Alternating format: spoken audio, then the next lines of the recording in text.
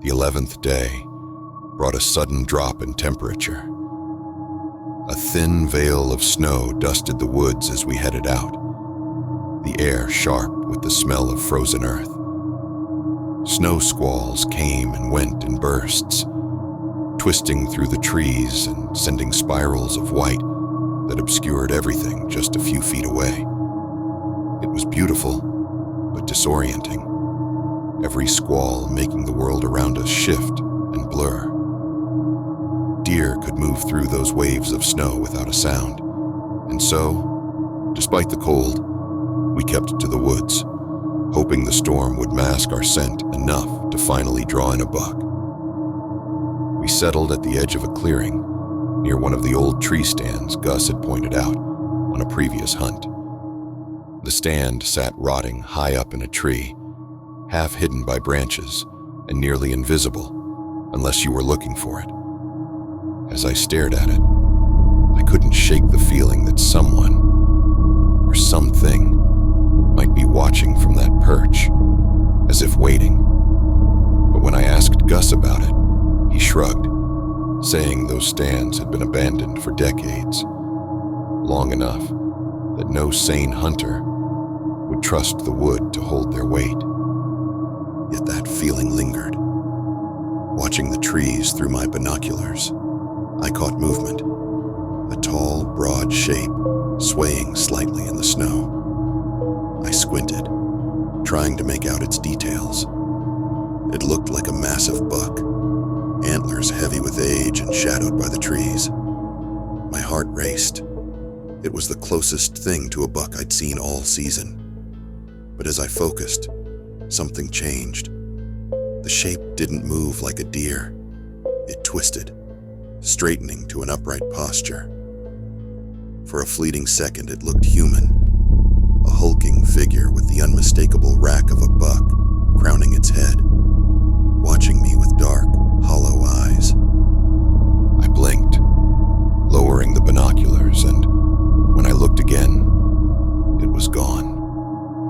I turned to Gus, unsure if I should say anything, but the look on his face told me he'd seen it too. His lips were slightly parted, his skin ashen, his eyes locked on the spot where the figure had disappeared. Before I could say anything, he muttered, "Let's move," and started through the woods without looking back, as if some unspoken rule warned us not to linger too long. We walked in silence, pushing through the snow-dusted branches and weaving through thick clusters of fir trees that loomed over us like watchful sentinels.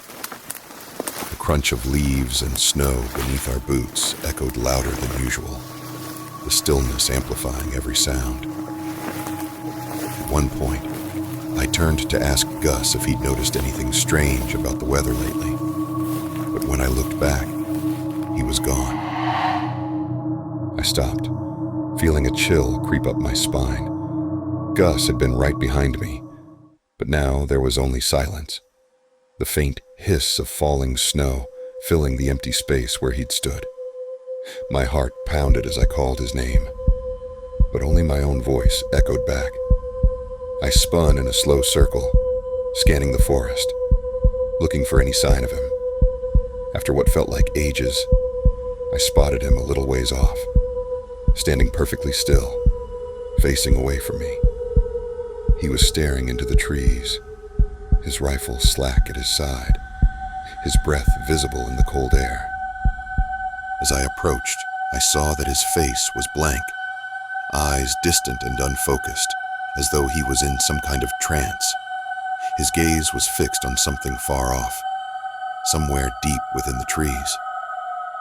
"Gus," I whispered, reaching out to touch his arm. He jerked violently, snapping back to himself as if waking from a nightmare. His eyes darted to mine, wild and confused for a moment, before he quickly composed himself. He glanced down, seeming surprised to find his rifle on the ground, and picked it up with shaking hands. "What were you looking at?" I asked, trying to keep my voice steady. looking away. His expression shifted, a mask of calm settling over his face, but I could see the tension in his jaw, the tremble in his fingers as he tightened his grip on the gun. Just nothing.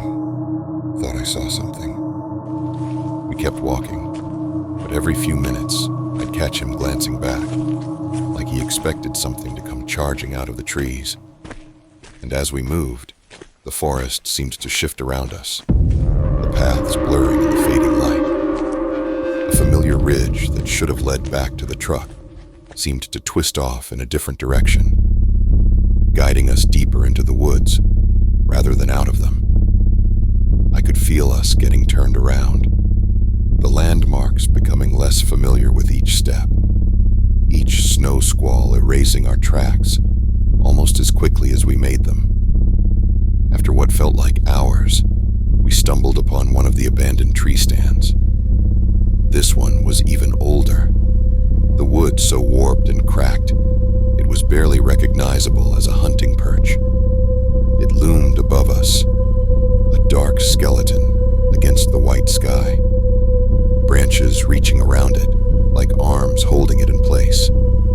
Without a word, Gus moved forward, circling the base of the tree with an odd intensity, his eyes scanning the ground like he was looking for something. A strange compulsion gripped me.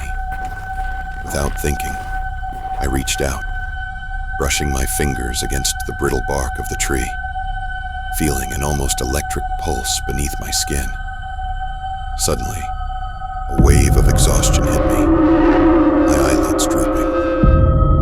I barely registered Gus's hand on my shoulder, his voice murmuring something indistinct. Before I knew it, I'd closed my eyes.